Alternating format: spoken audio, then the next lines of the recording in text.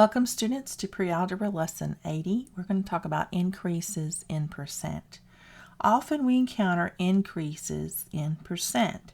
We might hear that the price of peanuts in Beijing went up 10% last year. If the old price was 61, what is the new price? What is 10% of 60? So if we started out with something being 60 yen or won, whatever it is, and it went up 10% in price, we can say that it increased in percent.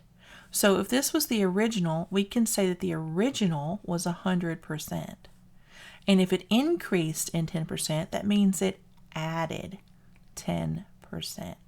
So that means that the new price is now 110% of the old price. So if the old price was 61, and that was the equivalent of the 100% price, now we need to find the value that is 110. Notice how I still have the number of yen and the percent, whatever it is, that is the same on the same line. So now we are going to cross multiply. So this is going to be 60 times 110 is going to be 6,600 is equal to 100x because we crossed that. So now we divide both sides by 100 and we find that 66 is the new price at 110%. Okay, so you see how that works? We set the same type of thing on the same line. As usual with our proportions. Proportions are the key to solving these percent increase problems. All right, so let's look at another here. Let's look at example 80.1, and I'm going to type that for you. All right, so here's our problem. To their dismay, the townspeople found that the rodent population had increased 140%. If the rodent population had been 400 before, what was the rodent population now? So our increase is 140%. So we added 140%, right?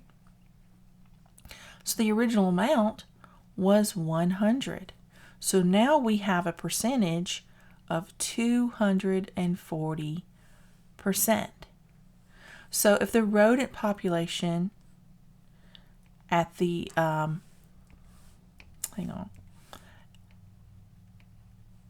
at 100% was 400, what is the rodent population at 240%? So let's do the cross multiplication. 400 times 240 is equal to 96,000. So 96,000 is equal to 100 times x. So if we divide both sides by 100, we find that the rodent population is now 960. That is a whole lot of rodents. And you can see how easily we set that up by keeping the number of rodents on the same line and the percentages on the same line. We created a proportion here. And you can tell by looking at this fraction that our scale factor, the rodents are 4 to 100, 4 to 1. So whatever this number is here, that tells me that I should be able to multiply it by 4, and that would be this number here. And if you multiply 240 by 4, you get 960. So that proves true. So let's look at another problem. We have one more, 80.2. Let me clear the page. And I'm going to type it for you again. So here's our problem. The number of cheering fans increased from 60 to 240. What percent increase was that?